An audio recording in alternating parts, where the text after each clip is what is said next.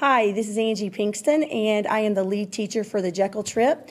And parents, we wanted to give you some information through video in lieu of the parent meeting since we're running a little short on time.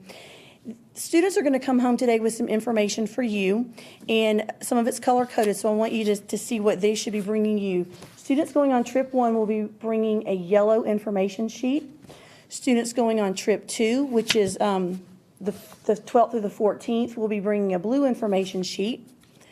And any student requiring medication on the trip will be bringing a pink sheet. Students will be given medication through the nurse or a nurse representative while on our trip, but we cannot do so without the pink sheet and the medicine here at school. We need these forms and medication turned into the clinic either Monday or Tuesday of next week. Okay, I'm going to go over a few things that are in the information packets that will encompass both trips. Our first trip, which is next week, which was February 5th, 6th, and 7th, is the Pinkston, Bowles, Hawkins, Donnelly, Davis, and Gray homerooms.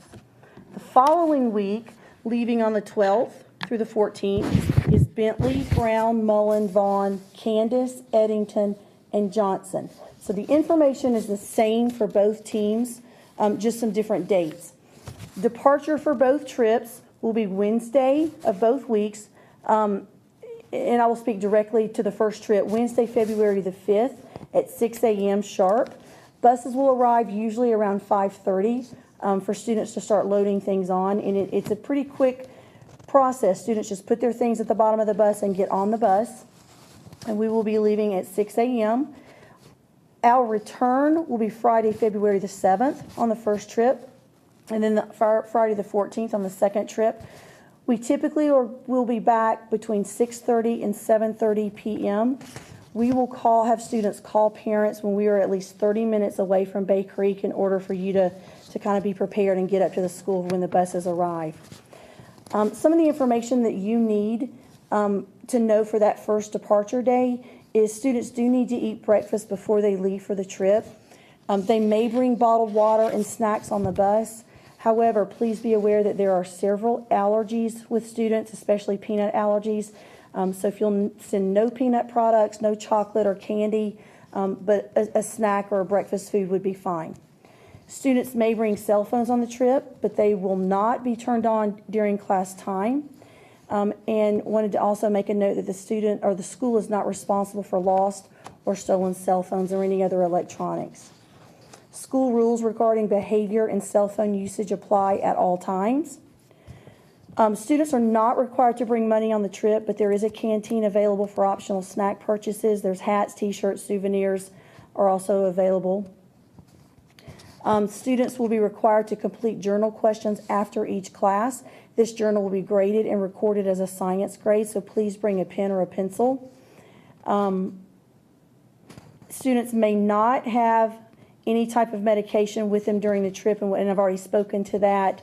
They cannot have it with them or on their bodies at any time. We will have all medication locked in a safe for the clinic lady to give them out. And at the bottom of the very first form is all the information, the contact information if you need to get in touch with any of the teachers or your students. I want you to be aware that cell phone usage cell phone signals are pretty sparse on the island. So if you don't hear from your students the first day or so, do not be alarmed. The school will be sending out an email blast to let you know that we are there safe and sound. And the students will be very, very busy while they're there. They will be in class and they'll be engaged the entire time. So just please don't be alarmed, and we'll be in touch with you if we were to need you.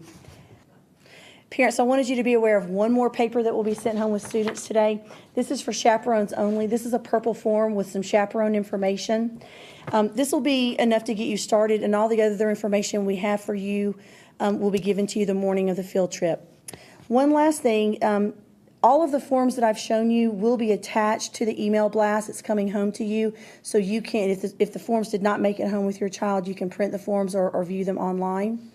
If you have any questions between now and departure date, please email me or Dr. Mullen, and we'll do our best to answer your questions. Thank you.